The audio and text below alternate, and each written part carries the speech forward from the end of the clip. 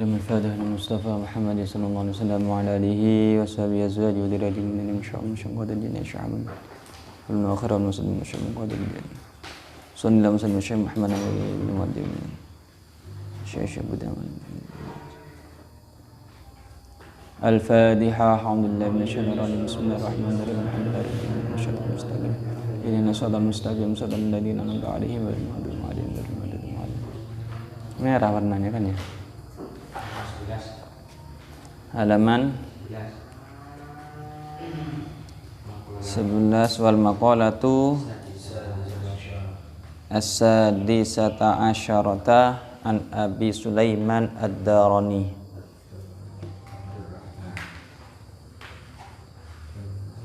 Bismillahirrahmanirrahim. Qala al-musannifu rahimahullahu ta'ala nafa'na bihi bi'ulumihi fid dharain amin.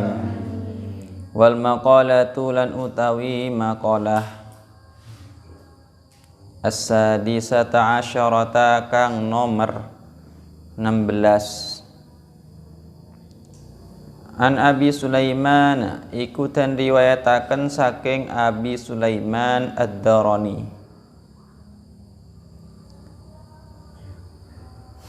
Abi Sulaiman ini masih apa nama julukannya, siapa nama aslinya? Abdurrahman, rupane Syekh Abdurrahman bin Atiyah, rupane Syekh Abdurrahman bin Atiyah radhiyallahu anhu.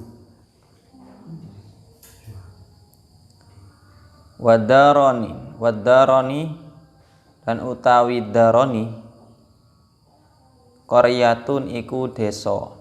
Jadi Abi Sulaiman ad-Darani itu nama desanya. Biasa ulama-ulama dahulu itu menyebutkan nama desanya, kayak Imam Ghazali, kayak apa namanya, Al-Jilani, ya Syekh Abdul Qadir Al-Jilani nama desanya. Biasanya sebutan untuk guru-guru yang ada di Sidogiri itu As-Sidogiri, atau yang ada di sebutan ini pengarang Syekh Muhammad Nawawi Al-Bantani, ya.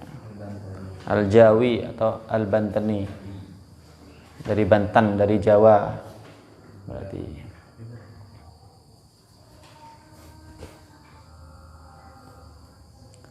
Kalau Waronoroto dinasabkan jadi apa? Alwanoroti.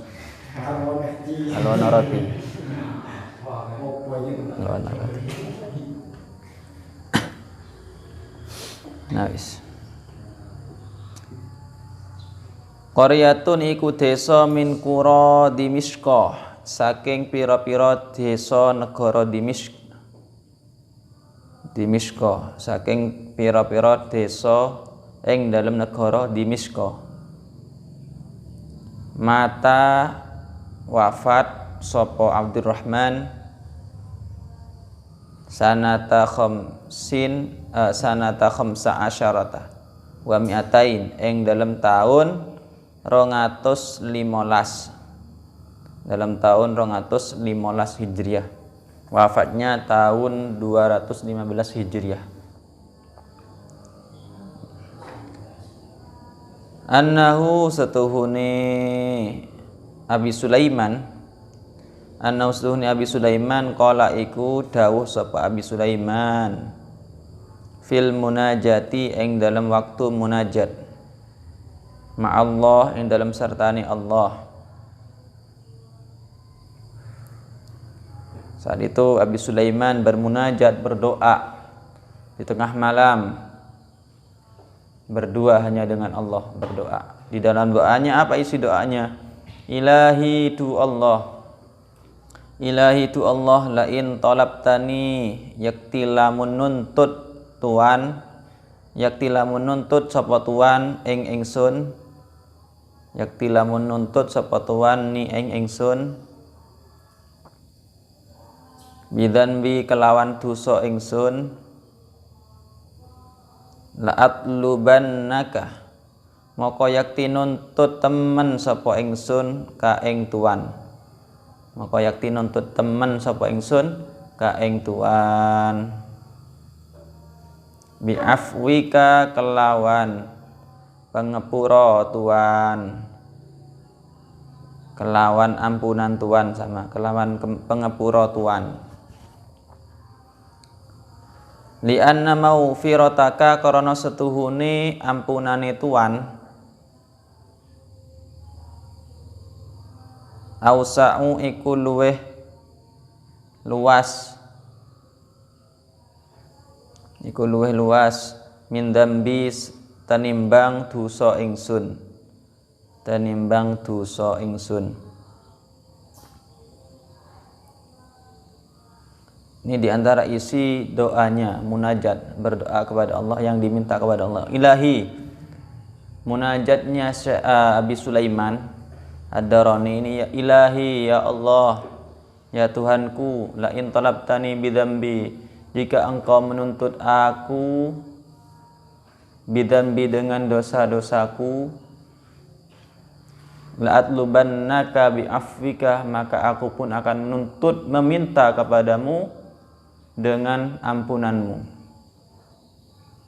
Jika engkau menuntut aku dengan dosaku karena sudah banyak dosa, maka aku pun akan menuntut sekarang meminta kepadamu, meminta ampunanmu. Karena apa? Di anna maghfirataka awsa'u min dunubi, karena sesungguhnya maghfirahmu, ampunanmu ya Tuhanku itu lebih luas, maha lebih luas daripada dosa-dosaku.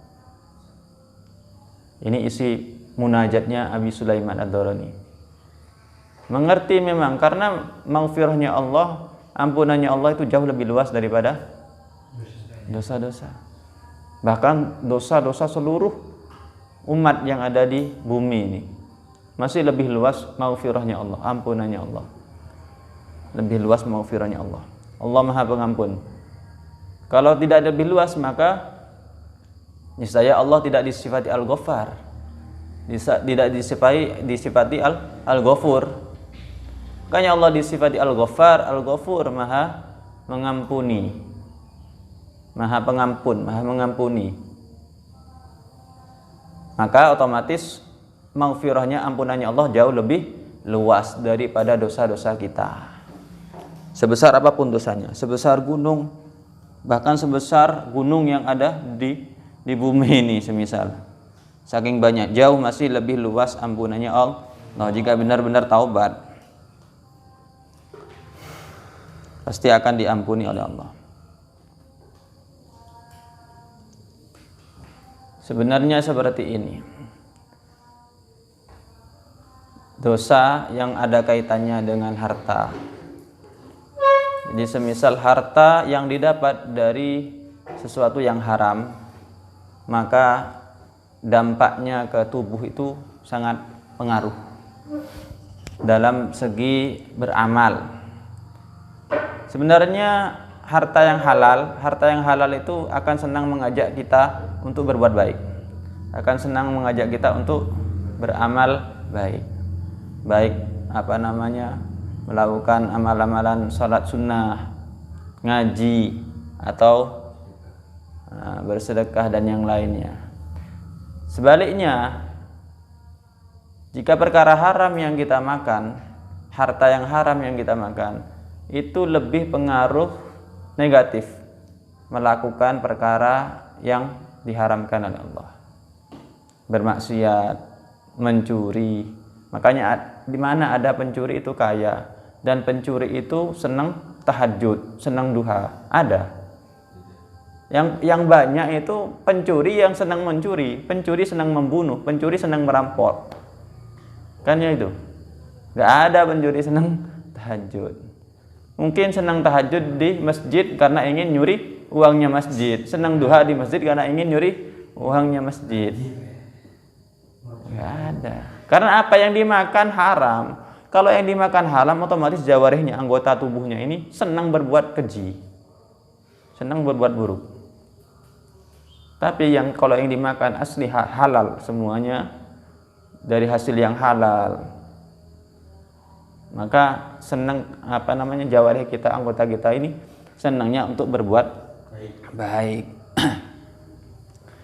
Pernah ada sebuah cerita, seorang laki-laki ini punya bapak. Bapaknya ini ternyata menyimpan uang 2 kardus. Uang sebanyak 2 kardus, uang ratusan semua itu. Uang 2 kardus.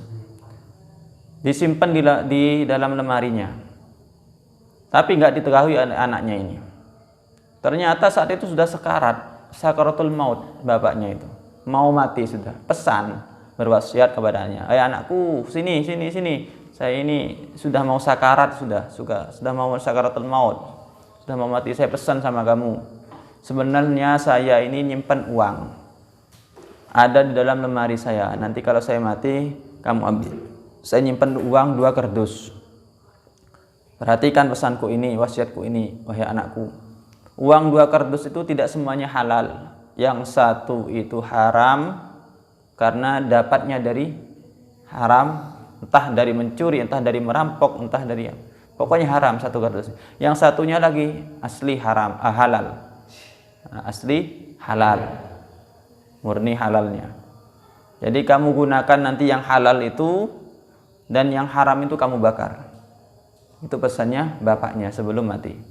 Gak lama kemudian, detik-detik kemudian meninggal, mati sungguhan bapaknya.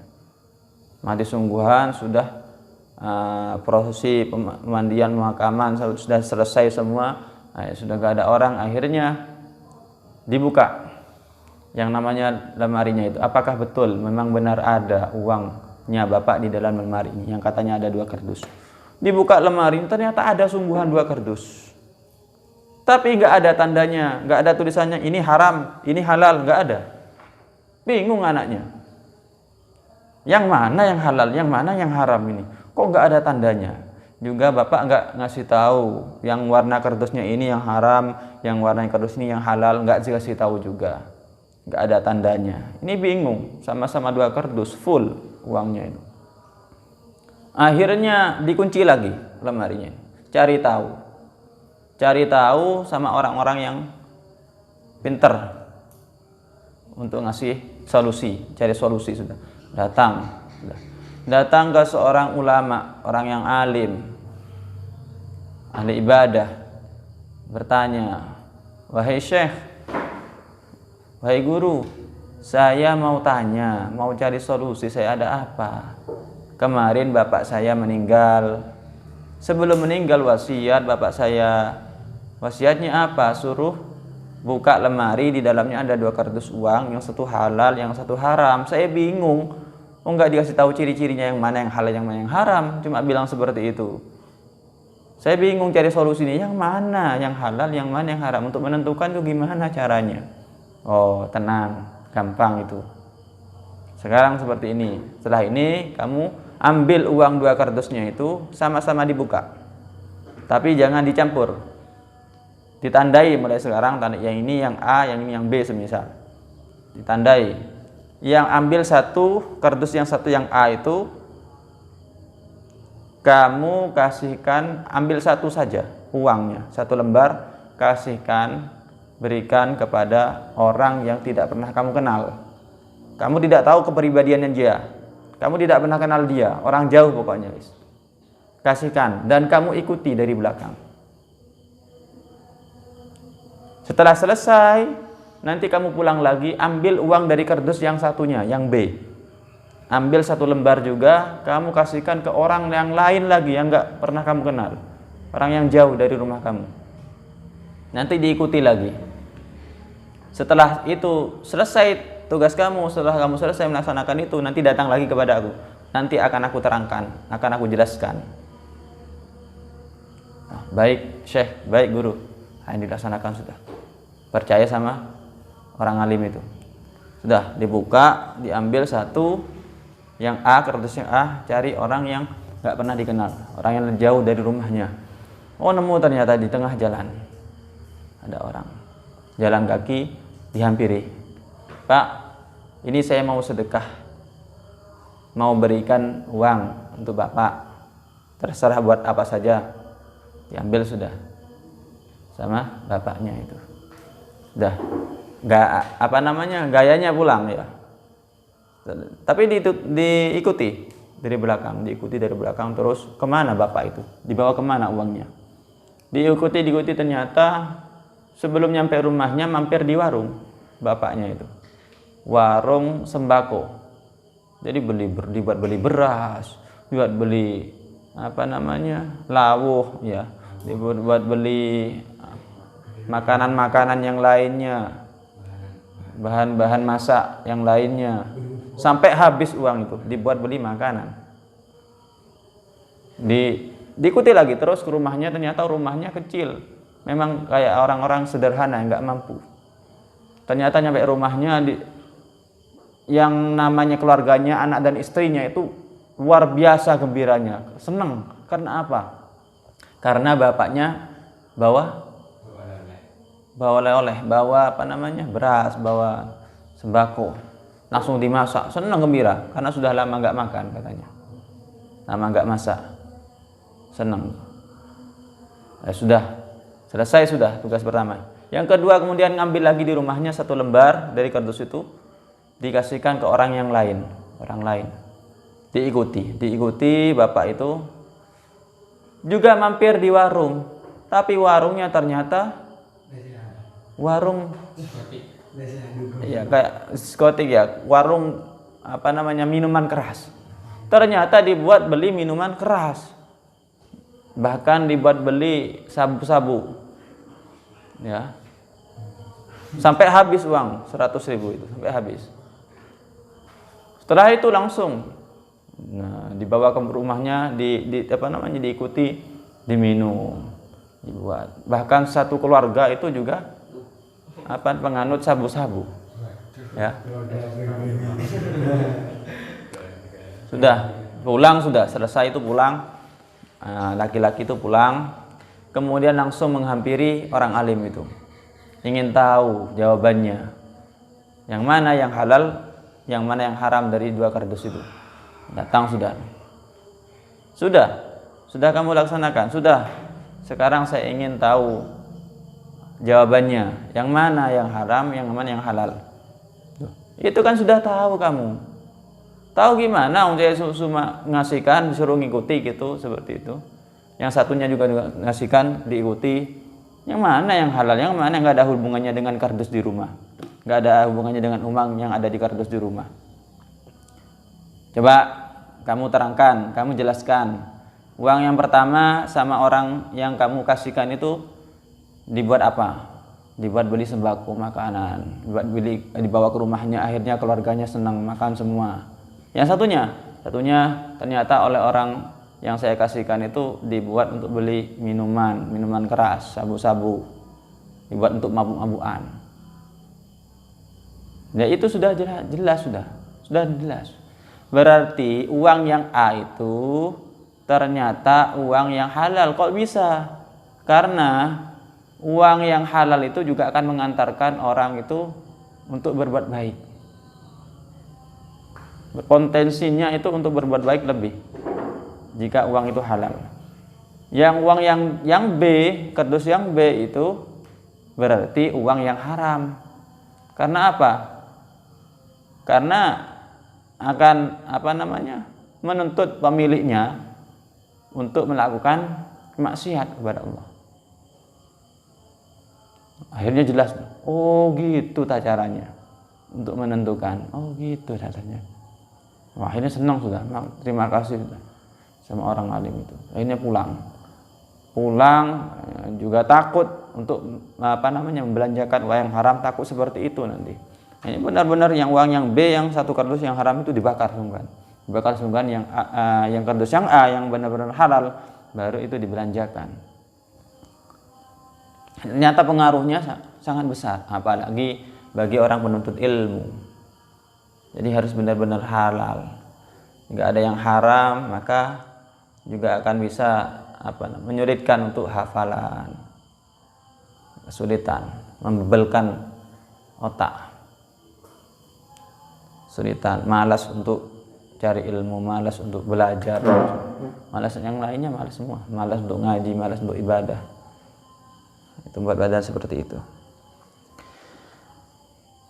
Udah, lanjutkan. Wala in talabatani lan yakti lamun nuntut sapa tuan ni ingsun. Yakti lamun nuntut sapa tuan ni ingsun. Bi bukhli kelawan medhit ingsun. Kelawan medhit ingsun. Biman il wajibi kelawan nyegah perkara wajib. Kewajiban. Kelawan nyegah kewajiban. Au man isaili utawa nyegah jaluk-jaluk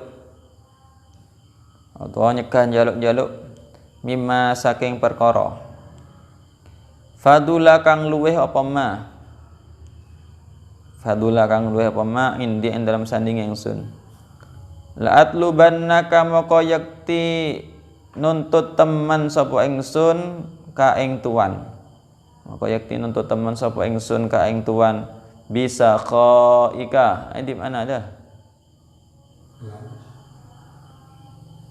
letolean to itelan bisa khaika kelawan sifat lomane tuan kelawan sifat lomane tuan ai bi karamika tegese kelawan sifat lomane tuan.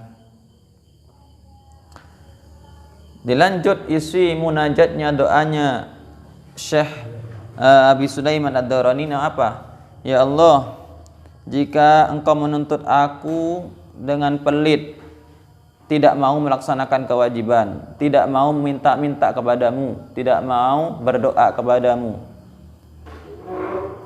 maka la'atubannaka bi afika, maka aku pasti akan menuntut meminta kepadamu bisa khaika, akan menuntut meminta kepadamu kedermawananmu, minta kedermawanan.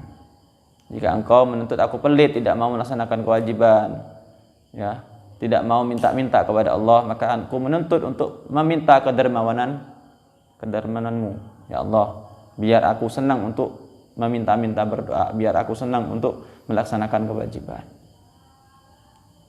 Ini isinya doa Abi Sulaiman Ad-Darani.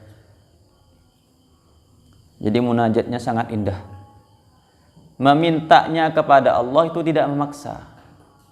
Menunjukkan bahwa dirinya itu merendah dulu, kemudian meminta yang tinggi. Mirip kayak munajatnya itu. Ada yang mengatakan syairnya Abu Nawas.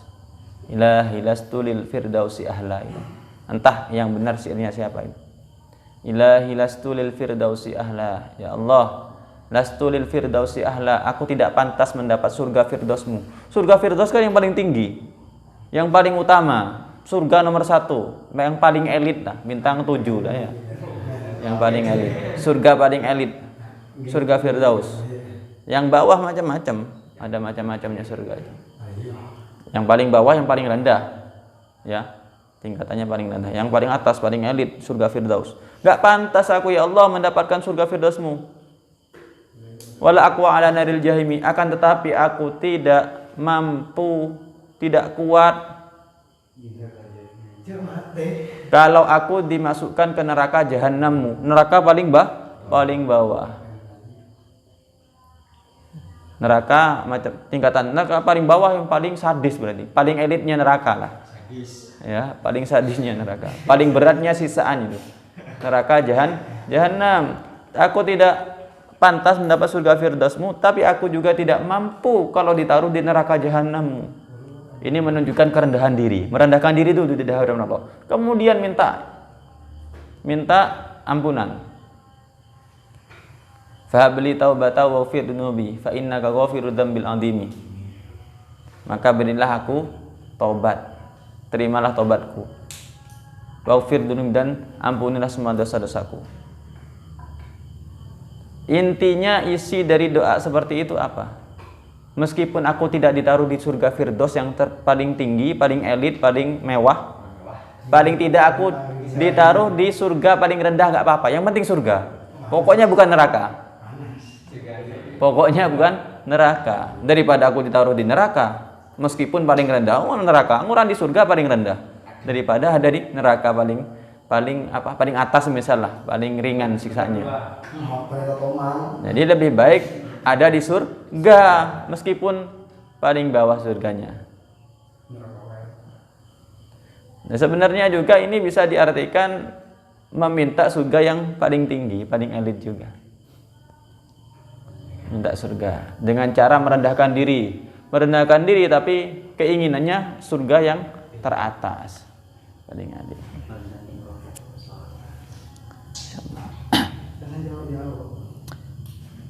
Wala in adkhaltani lan yakti lamun nglebokaken sapa tuan ni ingsun.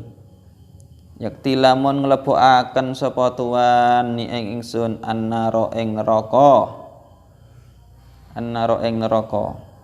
La akhbartu moko yakti ngabari sapa ingsun. La akhbartu moko yakti ngabari sapa ingsun. Ahlan nari ing penduduk neraka. Ahlan nari ing penduduk neraka bi anni kelawan setuhune ingsun. Uhibbuka iku demen sapa ingsun ka ing tuan. Iku demen sapa ingsun ka ing tuan. Teruskan munajatnya Syekh Abi Sulaiman Ad-Darani. Ya Allah, jika engkau memasukkan aku ke neraka, ke jurang neraka, maka pasti nanti aku akan mengabarkan kepada penghuni neraka. Aku kasih tahu, kabarkan kepada penghuni-penghuni neraka itu bahwasanya aku cinta kepadamu ya Allah. Jadi ini menunjukkan keriduannya kepada Allah. Raditu billahi rabba, bil islami dina. Menunjukkan keriduan Allah. Apa? Ridho meskipun Allah berkehendak ditaruh di neraka, tetap ridho. Ini berarti tingkatan ma'rifatnya kepada Allah sangat tinggi. Kedekatannya sama Allah sangat tinggi. Karena apa yang diinginkan ridhonya Allah. Meskipun ditaruh di surga tapi Allah enggak ridho. Pada ujung-ujungnya juga akan ditaruh neraka nanti. Lebih baik daripada ridhonya Allah. Meskipun ditaruh neraka pada ujung-ujungnya akan masuk surga. Karena termasuk kekasihnya Allah. Jika seandainya aku ditakdirkan oleh Engkau ya Allah dimasukkan ke neraka, maka aku akan mengabarkan kepada semua penghuni neraka, ketahuilah, aku ini cinta betul kepada Allah. Tapi aku masih ditakdirkan neraka oleh Allah. Aku ridho, karena apa? Kekasihku yang mentakdirkan aku, kekasihku yang naruh aku di sini, di neraka ini. Tapi aku tetap sayang kepada Allah, cinta kepada Allah. Nah, kira-kira kita bisa seperti itu? Hah? Mendengar neraka saja kita takut. Mendengar neraka saja kita takut. Melihatnya nangis kita. Itu tingkatan memang macam-macam. Tingkatannya amal ibadahnya orang itu macam-macam. Ada yang karena pingin surga, ada yang karena takut neraka. Ada yang karena memang ingin mendapatkan ridhonya Allah. Ini tingkatan yang paling tinggi. Ada yang ingin pahala atau ingin surga. Itu tingkatan tengah, nomor 2. Ya. Tingkatan yang paling tinggi ingin mendapat ridhonya Allah. Tingkatan paling bawah takut neraka. Jadi ibadah itu takut atau melaksanakan kewajiban Allah itu takut dimasukkan neraka. Itu tingkatan paling bawah ini. Awam itu kayak kita sudah. Daripada masuk neraka lebih baik saya ibadah, lebih baik saya sholat, lebih baik saya puasa, melaksanakan perintahnya Allah. Takutnya takut ibadah, takut neraka. Di atasnya lagi ingin mendapat pahala atau ingin mendapat balasan surga. Nah, ini lumayan sudah. Kalau kita ibadahnya kita ingin balasan surga. Bukan takut neraka, tapi ingin balasan surga. Balasan pahala di surga. Dan tingkatan paling tinggi lagi tadi itu seperti ini, Imam Abi Sulaiman Ad-Darani ingin mendapatkan ridhonya Allah. Terserah sudah ya Allah, mau ditaruh di neraka atau di surga terserah, yang penting dapat ridhomu ya Allah. Kuat kira-kira. Nanti pas semisal Allah ridho, benar ridho sama saya, tapi kok ditaruh di neraka tetap gak terima, bagaimana? Kira-kira nggak kuat kayaknya ya. Nggak kuat kalau kita kayaknya. Takut masih ya. Takut neraka masih. Kalau kelasnya Imam Abi Sulaiman ini, kelasnya nggak takut neraka, ya nggak terlalu ingin surga. Yang penting dapat ridhonya Allah, meskipun ditaruh di neraka. Tapi pada akhirnya juga Allah akan masukkan surga. Sama seperti kemarinnya saya pernah cerita ada seorang ulama itu yang oleh muridnya dikasyaf juga waliullah, ternyata gurunya penghuni neraka atau sakiyun. Tapi pada akhirnya karena ridho sama takdirnya Allah, gurunya itu pada akhirnya dirubah takdirnya oleh Allah. Ya. Akhirnya sa'idun, menjadi penghuni surga. Baru senang setelah itu muridnya itu. Ceritanya seperti itu. Nah, takdir itu kan ada dua, ada takdir mu'allaq, ada takdir mubrom. Kalau takdir mubrom sudah ketetapan yang nggak akan dirubah-rubah oleh Allah. Takdir mu'allaq itu sesuai kehendaknya Allah. Kalau Allah ingin merubah, ya akan dirubah. Akan dirubah. Meskipun kita semisal ditakdirkan mulai dari kandungan umur 4 bulan sudah sakiyun, penghuni neraka sudah, sengsara, penghuni neraka sudah. Tapi pada akhir hayat kita ternyata Allah mengubah takdir kita. Pada akhir hayat kita ternyata ada amalan yang Allah senangi. Akhirnya Allah berkehendak untuk mengubah takdir kita menjadi sa'idun, penghuni surga. Ya bisa-bisa saja, mungkin saja.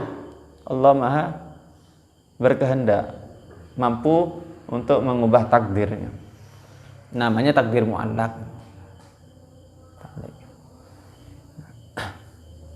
Ya mudah-mudahan kita diberi yang terbaik. Jadi kan manusia yang terbaik. Jadi semua amal kita selalu beriringan dengan ridhonya Allah Subhanahu wa taala. Nah, ingin tanya silakan. Ada ingin tanya? Tanya apa? Uang haram tapi dibeli untuk beli rokok atau menjadi daging? Beli rokok. Meskipun nggak 100% menjadi daging, paling tidak itu melekat di tubuh kita. Itu juga bahaya. Rokok itu kira-kira masuk nggak? Masuk kan ke tubuh, masuk tenggorokan, menempel di salah satu organ tubuh kita. Itu juga berdampak negatif pada tubuh kita. Negatifnya apa itu? Malas ibadah, malas ngaji, malas belajar, sulit menghafal, kecerdasan menurun. Itu termasuk efeknya. Efeknya barang-barang haram yang dimakan. Makan yang lain. Apalagi yang sudah jadi daging, kayak makanan yang mudah jadi daging. Oh, mau disigar, mau dipotong dagingnya kan nggak bisa.